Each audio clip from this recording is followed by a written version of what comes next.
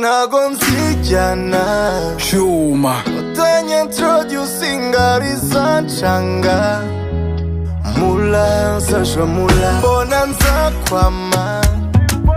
utabyipevera nge bizangora Mbwirira dadi, mbwirira mami wawe bidatinze umukwe wabaraje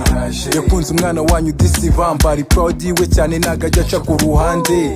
mbwirira musaza wawe lo andebe kuri TV utunga agatoki ngo do babwire ko ndi kado ndi na kapu ufite do babwire ko n'inshingano z'urugo ngo washo yakatiye misi wa demiri ankunda nazwi naha mu mudugudu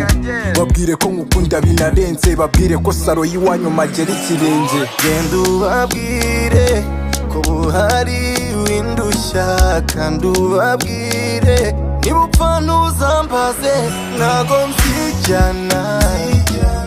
utanyiintroducing arizancanga nta n'umwe mbona nzakwama utabyipevera nge bizangora nta n'umwe bambe nyuzuza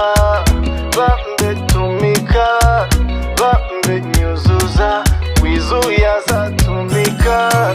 bambe nyuzuza bambe tumika bambe nyuzuza wizuye azatumika bwira nyokorome wawe konje si ruswa gusa afata agakonje bwira anti wawe yake konji batega amaboko umugabo wawe araje hobe ese ufite mukuru wawe home uze gufata phone nawe umume kuri call afite akabazo nanagakemura n'itoto ufite umwuka uhagije twaganira sinsabe ipombo mbwirira abashuti mwiganye kubonye diplome utavanye mu makaye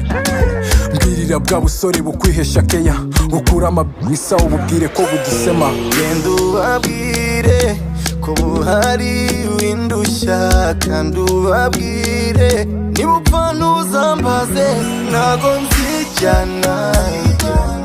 utanyiintroducing arizancanga